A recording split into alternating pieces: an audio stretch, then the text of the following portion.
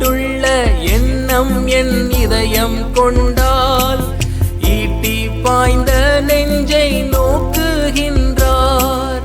தீட்டுள்ள எண்ணம் என் இதயம் கொண்டால் ஈட்டி பாய்ந்த நெஞ்சை நோக்குகின்றார். வீண் பெருமை என்னில் இடம் பெற்றால் முள்முடி பார்த்திட ஏங்குகின்றார். வீண் பெருமை என்னில் இடம் பெற்றால் முள்முடி பார்த்திட ஏங்குகின்றார். சிலுவை நாதர் இயேசுவின். ஆண்டவராகிய இயேசு கிறிஸ்துவின் பரிசுத்த நாமத்தில் உங்களை அன்புடன் வாழ்த்துகிறோம். பரிசுத்த வேதாகமத்தில் அப்போஸ்தலனாகிய பவுல் ரோமருக்கு எழுதின நிருபம் 6ஆம் அதிகாரம் 7ஆம் வசனத்தில் இவ்வாறு வாசிக்கிறோம். மரித்தவன் பாவத்துக்கு நீங்கி விடுதலையாக்கப்பட்டிருக்கிறானே. அருமையானவர்களே, இன்றைக்கு உங்களுடைய வாழ்க்கையிலே எதையாவது விட முடியாத கெட்ட பழக்கங்கள் உங்களிடத்தில் இருக்கிறதா? இதை விட்டுவிட வேண்டும் என்று நீங்கள் விரும்புகிறீர்கள். ஆனால் அந்த பழக்கத்தை விட்டுவிட முடியாமல் சிக்கிக் கொண்டவர்களாக இருக்கிறதை உணர்ந்திருக்கிறீர்களா? தீய எண்ணங்கள், தீமையான காரியங்களை பார்ப்பது, தீமையான காரியங்களை குறித்து பேசுவது, இவைகளெல்லாம் பாவத்தின் அடையாளங்களாக இருக்கிறது. சில பழக்க வழக்கங்களை கூட மனிதர்களால் விட்டுவிட முடியவில்லை. குடிக்கிறார்கள். குடிப்பது உடல் நலத்துக்கு கேடு என்று தெரிந்தும், குடித்தால் குடும்பம் பட்டினி கிடக்கும் என்று தெரிந்தும் அவர்களால் குடிக்காமல் இருக்க முடியவில்லை. காரணம், அவர்கள் அந்த பழக்க வழக்கத்திற்கு அடிமையாயிருக்கிறார்கள். தீய பழக்க வழக்கங்களுக்கு அடிமையாயிருக்கிறவன் பாவத்துக்கு அடிமையாயிருக்கிறான் என்று வேதம் சொல்லுகிறது.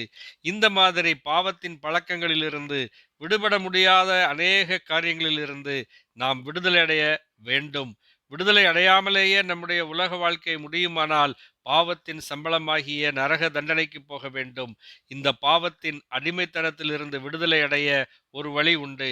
ஆண்டவராகிய இயேசு கிறிஸ்து ஒரு வழியை உண்டு பண்ணியிருக்கிறார். அவர் இந்த உலகத்திலே மனிதனாக பிறந்து பாவமில்லாதவராக ஜீவித்து பாவத்தின் அடிமைத்தனத்தில் இருக்கிற நாம் பாவத்தின் நிமித்தமாக செய்திருக்கிற எல்லா பாவங்களுக்கான தண்டனையையும் அவர் நமக்கு பதிலாக சிலுவையிலே சுமந்து மரித்து அடக்கம் பண்ணப்பட்டு 3ஆம் நாளிலே உயிரோடு எழுந்து இன்றைக்கும் ஜீவிக்கிறார்.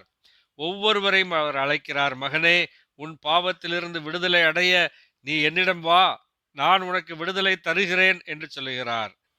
மரித்து அடக்கம் பண்ணப்பட்டு 3ஆம் நாள் உயிரோடு எழுந்த ஆண்டவராகிய இயேசு கிறிஸ்துவை ஏற்றுக்கொள்கிற எல்லாருக்கும் பாவ மன்னிப்பு இலவசமாய் கிடைக்கிறது.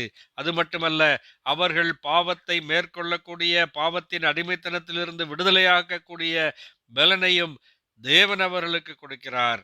அவர்கள் பாவத்தை வென்றவர்களாய், பாவம் இல்லாதவர்களாய் இந்த உலகத்திலே ஜீவிக்க முடியும். அருமையானவர்களே, அந்த பாதை, அந்த வழியினுடைய முடிவு நித்திய ஜீவன் என்று வேதம் சொல்லுகிறது. நீங்கள் எந்த வழியிலே போய்கொண்டிருக்கிறீர்கள்? பாவத்தின் வழியிலே போய்கொண்டிருந்தால் தண்டனைக்கும், அதிலிருந்து நீங்கள் தப்பித்து கொள்ள ஆண்டவராகிய இயேசு கிறிஸ்து உண்டாக்கி வைத்திருக்கிற வழியின் வழியாய் நீங்கள் போவீர்களானால் நித்திய ஜீவனுக்கும் சமாதானத்துக்கும் சந்தோஷத்துக்கும் போகலாம். இன்றே மனம் திரும்பி ஆண்டவராகிய இயேசு கிறிஸ்துவை இரட்சகராய் தெய்வமாய் ஏற்றுக்கொள்ள தேவன் உங்களுக்கு உதவி செய்ய வேண்டும் என்பதே உங்களுக்காக நாங்கள் செய்யும் பிரார்த்தனையாயிருக்கிறது. ஆமேன். நன்றி.